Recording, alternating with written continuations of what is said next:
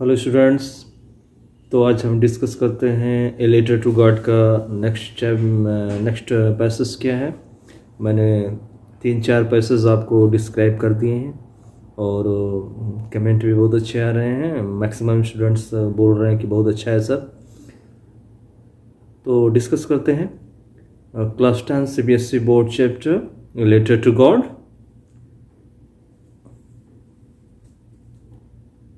We discussed earlier, हम पहले बात कर चुके थे कि कैसे जो है लेंचो के फील्ड को एक सावर की, एक डाउनपोर की ज़रूरत थी, बारिश की ज़रूरत थी।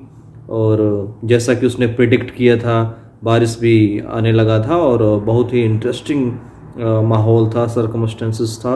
लेंचो भी बाहर जा कर के एंजॉय कर रहा था रेन का। उसके बाद से हम बढ़ते हैं।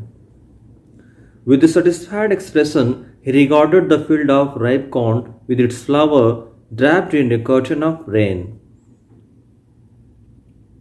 When he saw that the rain was raining over his field, he was satisfied, and he said that over corn and over flowers all look like a curtain of rain. कहने का मतलब बारिश हो रही थी तो पूरे उसके फसलों पे, पौधों पे एक बारिश का कर्टन दिख रहा था, पर्दा दिख रहा था। But suddenly a strong wind began to blow, and along with rain, very large hailstone began to fall. All of a sudden means along with the rain there was what happened? The wind blow and very large hailstone began to fall. Means with the rains now hailstones began to fall, and you know that hailstone is very disastrous to the fields and everything. जैसा कि मैं बता रहा हूँ, बारिश हो रहा था तब तक तो अच्छा था, अभी बारिश के साथ साथ हेलस्टोन्स भी गिरने लगे, ओले पत्थर भी गिरने लगे। और आपको पता ही है कि जब फसल पकने वाले हों और उस समय अगर ओले पत्थर गिर रहे हो तो बहुत ही डिजास्ट्रस इफेक्ट होगा उसका। These truly did resemble new silver coins. Lencho says now these hailstones actually look like silver coins. Previous passage we study that he compare big drops of rain 10 cent and small drops of rain 5 cent, but now here hailstones compared as new silver coins by Lencho. ऊपर के passage में हमने पढ़ा है वह बड़े बड़े वर्षा के बूंदों को 10 सेंट बोल रहा था और छोटे बारिश के बूंदों को 5 सेंट बोल रहा था, लेकिन अभी जब ओले पत्थर गिरने लगे तो बोल रहा है यह बिल्कुल नए सिल्वर के सिक्के की तरह दिख रहा था। Now next passage. The boys exposing themselves to the rain ran out to collect the frozen balls. The boys, you know the mentality of boys, their nature, if there is rain and falling hailstones, they go in rain and collect the hailstones. Now here same, the boys exposing themselves to rain, the boys carrying out themselves into the rain and collecting the frozen balls. Here frozen balls means hailstones. जैसा कि आप जानते हैं बच्चों की आदत होती है, बच्चे अपने आप को ले गए बारिश में, दौड़ करके इकट्ठा करने लगे उन, लिखा है फ्रोजन पल्स यानी जमी हुई मोती, means frozen pulse means hailstones. उस ओले पत्थर को बच्चे इकट्ठा करने लगे। It's really getting bad now exclaim the man. Lencho said now going to bad now because you know only the earth needed water, not hailstones, but along with rain there is hailstones, and you know it is bad now.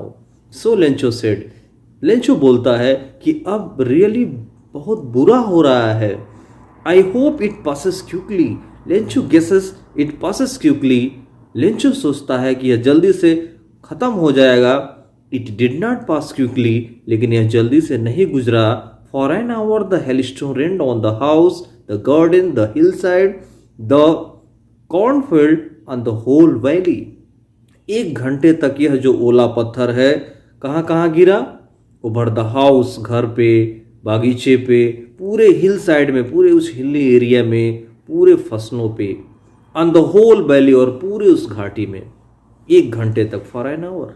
And you can imagine if for an hour hailstones with the rains fall on all the crops, total loss. आपको पता ही होगा कि 1 घंटे तक अगर ओला बारिश गिर रहा हो तो क्या हुआ होगा उस क्षेत्र में, उस होल वैली में. The field was white as if covered with salt. Lencho says it was white as look like as suppose as it covered as salt. Field इतना सफेद हो गया था पत्थरों से, ऐसे मानो कि लग रहा था कि साल्ट से ढक गया हो, साल्ट का कवर हो, नमक का कवर हो. Not a leaf remained on the trees. There is not a single leaf remained on the leaf. All fall down by the stroke of hailstones. कह रहा है कि not a single leaf remained on the trees. पौधों पे एक भी पत्तियां नहीं बची हुई थी, पेड़ों पे. The corn was totally destroyed. जो कॉर्न था, जो फसल था लेंचो का, बिल्कुल एकदम डिस्ट्रॉय हो गया. The flowers were gone from the plants. पौधों से फूल भी चले गए, यानी सारे फूल भी पौधों से झड़ गए. Lencho's soul was filled with sadness. Lencho's heart filled with troubles, misery, sadness. Lencho की आत्मा दुख से भर गई. When the storm had passed, he stood in the middle of the field and said to his sons. जब बारिश खत्म हुआ, हेलस्टोन्स खत्म हुआ, वो अपने खेत के बीच में खड़ा हो गया और अपने बेटों से कहा, A plague of locust would have left more than this. Attack of locust left more than these hailstones. वो बोल रहा है बेटों से कि अगर टिड्डियों का आक्रमण भी इस पे होता, टिड्डियों के झुंड का आक्रमण भी होता, तो इससे ज़्यादा बच गया होता.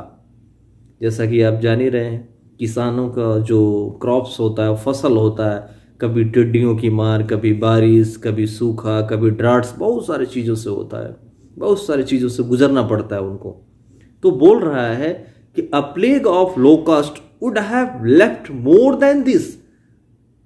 Plague means group, locust the grass hoppers. टिड्डियों का झुंड भी छोड़ दिया होता इससे ज़्यादा फसल, यानी हेलस्टोन्स ने पूरा का पूरा डिस्ट्रॉय कर दिया था. वैसे भी आपको पता ही आजकल टिड्डियाँ बहुत घूम रही हैं. बहुत सारे राजस्थान गवर्नमेंट और सारे गवर्नमेंट देख ही रहे हैं आप लोग, कैसे आप न्यूज़ देखते ही होंगे. Okay, leave the matter. The hell has left nothing. देखो नेक्स्ट लाइन में क्लियर भी कर दिया है, हेल ने तो कुछ नहीं छोड़ा है. टिड्डियाँ तो कुछ छोड़ भी दी होती, बट हेल ने कुछ नहीं छोड़ा. This year we will have no corn. He said to his son, in this year we have no corns, no crops. बोल रहा है कि इस साल हमारे पास फसल नहीं होगा. That night was a sorrowful one. वह रात उसके लिए एक sorrowful, दुखद रात थी. All our work for nothing. Lencho सोच रहा था पूरा मेरा मेहनत कुछ नहीं के बराबर हुआ, यानी पूरे मेहनत का कुछ रिजल्ट नहीं मिला. There is no one who can help us. कोई नहीं है जो हमारी मदद कर सके. No one who can help them. We all shall go hungry this year. वो सोच रहा था लेंचो कि इस साल हम सभी भूखे हो जाएंगे. But in the hearts of all who lived in the solitary house in the middle of the valley, there was a single hope, help from God. कितना अच्छा लाइन लिखा हुआ जी.एल. फ्यूंट्स ने. But in the hearts of all, लेकिन सभी के दिलों में, who lived in that solitary house in the middle of the valley, जो उस घाटी के एकांत घर में रहता था, यानी लेंचो के परिवार की बात कर रहा है, यानी लेंचो के परिवार के लोगों के सभी के दिल में there was a single hope, एक ही आशा था, help from God, भगवान से सहायता की आशा. Don't be so upset even though this seem like a total loss. Remember no one dies of hunger. Lencho बोल रहा है डोंट बी सो अपसेट, ज़्यादा घबराने की जरूरत नहीं है. Even though this SIM like a total loss, हम मानते हैं कि पूर्ण रूप से लॉस हो चुका है, टोटल डिस्ट्रॉय हो चुका है, बट रिमेंबर, लेकिन याद रखो, no one dies of hunger, भूख से कोई मरता नहीं है. That's what they say, no one dies of hunger, इसीलिए ऐसा कहा जाता है, कोई भूख से नहीं मरता. All through the night Lencho thought only of his one hope. पूरी रात लेंचो केवल अपने एक ही आशा के बारे में सोचता रहा. द हेल्प ऑफ गॉड, भगवान की आशा. Whose eyes as he had been instructed see everything, even what is deep in one's conscience. जिनकी आंखें, ऐसा बताया जाता है, भगवान की आंखें हर चीज को देख सकती हैं, यहाँ तक कि किसी के डीप कंसाइंस में क्या है, दिल के अंतरात्मा क्या है, वो भी देख सकती है. बोल रहे कि भगवान की आंखें हर चीज को देख सकती हैं, यहाँ तक कि आपके अंतरात्मा के अंदर की भी चीज को देख सकती हैं. Lencho was an ox of man working like animal in the fields. Lencho, an ox of man. This is phrasal word. An ox of man means laborious. Lencho एक बहुत ही परिश्रमी आदमी था और अपने खेतों में एनिमल्स की तरह काम करता था, बहुत हार्ड वर्किंग करता था. But still he knew how to write, लेकिन फिर भी जानता था कैसे लिखते हैं. The following Sunday at daybreak, आने वाले संडे को एट डेवरिक, सुबह सुबह, he began to write a letter, वो शुरू कर दिया एक लेटर लिखना, which he himself would carry to town and place in the mail, जिसको वह खुद सुबह ले गया और पोस्ट ऑफिस में मेल किया. It was nothing less than a letter to God, और यह जो है एक भगवान को पत्र से कम नहीं था. इस तरह से आपको मैंने मैक्सिमम पैसेज पढ़ा दिए हैं, टाइम बहुत कम है तो क्लोज करते हैं यहाँ तक. यानी कहने का मतलब, जैसा कि आपने चैप्टर का टाइटल है ए लेटर टू गॉड, अभी आपको मिला हुआ है. जैसे ही उसका फसल बर्बाद होता है, वह उसकी एक आशा होती है, भगवान से हेल्प की आशा, और वह आने वाले संडे को एक लेटर लिखता है, उसको खुद टाउन ले जा करके. आप जानते हैं विलेज, टाउन, सिटी, वो विलेज से था, वैली से था, उससे थोड़ा जो डेवलप होता है उसको टाउन बोलते हैं, छोटा मोटा शहर. उससे बड़े को city, mega city, hyper city, बहुत सारा आपको पता है. तो इस तरह से वह एक लेटर लिखता है भगवान को. आपको पता ही होगा कि क्या लेटर लिखा होगा. नेक्स्ट पैसेज में हम डिस्कस करेंगे कि क्या लिखा था लेटर में. और लेटर को प्लेस कर देता है, मेल कर देता है आने वाले संडे को. ओके गाइस, एक्चुअली मैं सीबीएसई बोर्ड को भी इंग्लिश एंड हिंदी डिस्क्राइब कर रहा हूँ, क्योंकि बहुत बच्चों ने कमेंट किया था कि सर आप थोड़ा हिंदी में भी कर लीजिए. So I am converting all explanation as well as Hindi and as well as English, and you can easily understand. Okay.